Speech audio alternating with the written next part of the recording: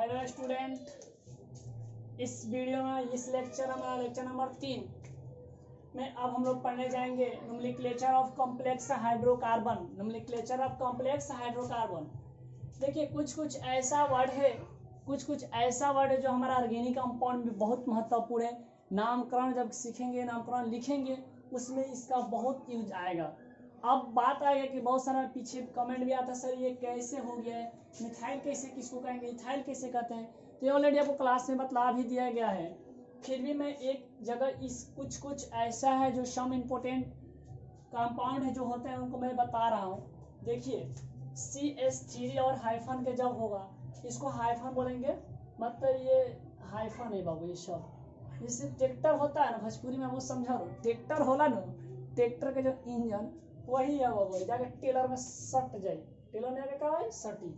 तो देखिए CH3 जो है ये आपका मिथाइल, एक कार्बन है तो मिथाइल, इसको शॉर्ट में एमी बोलते हैं कॉमन नेम में, और इसका आईपेक नेम में मिथाइल ही बोला जाता है। क्लियर। CH3 CH2 रहेगा तो इसको मिथाइल बोलते हैं कॉमन नेम में, इसको ET शॉर्ट में लिखते हैं ET, और इसको हम लोग आईपेक में भी बोलते हैं इथाइल। उसी तरह CH3 CH2 इस रहता है तो इसको नॉर्मल प्रोपाइल बोलते हैं। नॉर्मल प्रोपाइल इसको PR बोलते हैं शॉर्टकट, और इसका जब आईपेक में लिखेंगे तो 1 प्रोपाइल। ठीक। इसी तरह ये है कार्बन 4 है इसमें, तो 4 को बोलेंगे नॉर्मल ब्यूटाइल, इसी को हम लोग बोलते हैं आईपेक सिस्टम में कि 1 ब्यूटाइल, इसी को शॉर्ट में बोलते हैं BU। और ये आपका जब ब्रांचिंग में होगा तो यहाँ नंबरिंग 1 2, तो इसको कॉमन में याद कर लीजिएगा, ये बहुत सहायता देगा, बहुत जाकर सब्स्टिट्यूएंट के माध्यम काम करता है। तो इसको बोलते हैं आइसोप्रोपाइल, और इसको आईपेक में बोलिएगा तो 1 मिथाइल ब्यूटाइल, इसी को कहते हैं आइसोप्रोपाइल। आईपेक में बोलते हैं 1 मिथाइल इथाइल, या इसी को कहते हैं आइसोप्रोपाइल। ठीक। इसको अब देखिए CH2 CH3, तो इसको बोलते हैं सेकेंडरी ब्यूटाइल, इसी को आईपेक में बोलते हैं 1 मिथाइल प्रोपाइल, या शॉर्ट इसी में कहते हैं आइसोब्यूटाइल। इस प्रकार से हमारा कुछ इंपोर्टेंट हुआ, इसको आप लोग कॉपी में नोट कीजिए।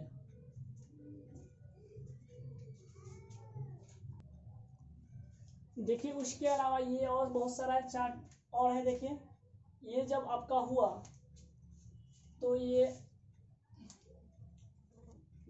जब हुआ तो यहाँ हाइफन निकला ना, तो 1 2 3, इसको कॉमन नेम में बोलिएगा आइसोब्यूटाइल, क्योंकि 1 2 3 4 आइसोब्यूटाइल। और जब इसका आईपेक सिस्टम में लिखेगा तो 2 मिथाइल, ये 2 पर है ना बाबू, तो 2 मिथाइल, और 1 2 3 तो प्रोपाइल, इसी को 1 BU बोलते हैं या आइसोब्यूटाइल बोलते हैं। ये आपका कॉमन नेम, ये आपका आईपेक सिस्टम में। इसी प्रकार यहाँ देखते हैं तो 1 2, क्योंकि हाइफन निकला है ना तो यहीं से गिनती किया जाता है। अल्काइल ग्रुप पर हाई है तो ये आपका मिथाइल, तो इसको कॉमन नेम बोले टर्टेरी ब्यूटाइल। क्या बोला जाएगा, जब इस तरह कंपाउंड जाकर ऑर्गेनिक कंपाउंड में सटा रहेगा तो उसको बोलेगा टर्टेरी ब्यूटाइल। क्लियर है।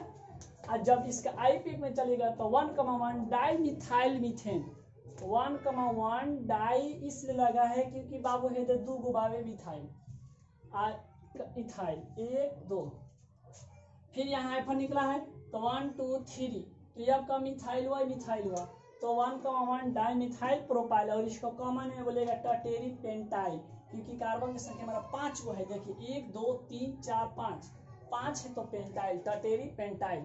और जब इसका आईपेक में रखिएगा तो हमारा 1 पे ही है, देखिए तो मिथाइल, तो इसे लिखा गया 1,1 डाई मिथाइल, और लंबा चेन में हमारा 3 है तो 1 2 3, तो 3 को बोलेंगे प्रोपाइल। क्लियर हुआ।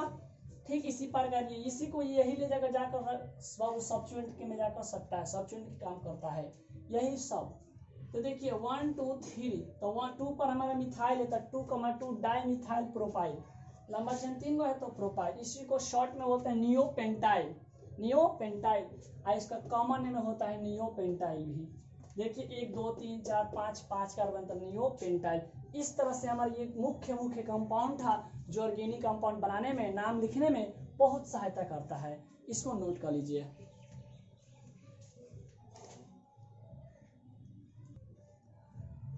देखिए स्टूडेंट, आज हम लोग अब स्टार्ट करने जा रहे हैं बाबू फंक्शनल ग्रुप।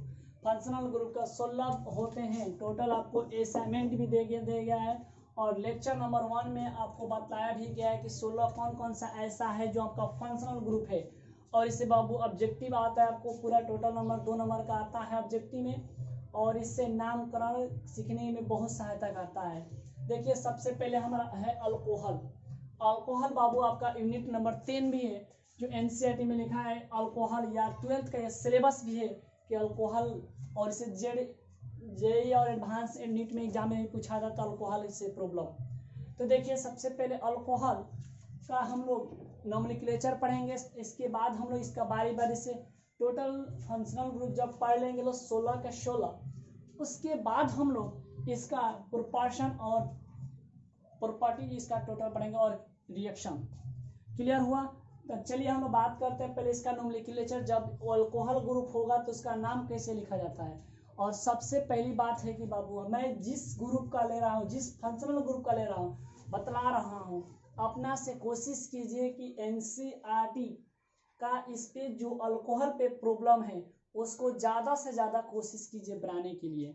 और यहाँ तक आपके पास बुक नहीं है तो सबसे पहले एनसीईआरटी बुक डाउनलोड कर लीजिए और डाउनलोड करके उससे प्रॉब्लम ढूंढिए और प्रॉब्लम को बनाने को कोशिश कीजिए और इसमें ज़्यादा से ज़्यादा मेहनत कीजिए, तब आपका ऑर्गेनिक बेस्ट होगा और बढ़िया होगा और बढ़िया एग्जाम में क्वालिफाई कीजिएगा। नीट का जेई का एग्जाम में बैठिएगा तो आपका बहुत अच्छा सा सवाल बनेगा। चलिए हम लोग बात करते हैं। देखिए अल्कोहल, अल्कोहल का Fg होता है फंक्शनल ग्रुप OH। जिस कंपाउंड में अगर ऑर्गेनिक कंपाउंड में OH ग्रुप अटैच हो, OH ग्रुप अटैच हो तो समझिएगा वो आपको अल्कोहल है।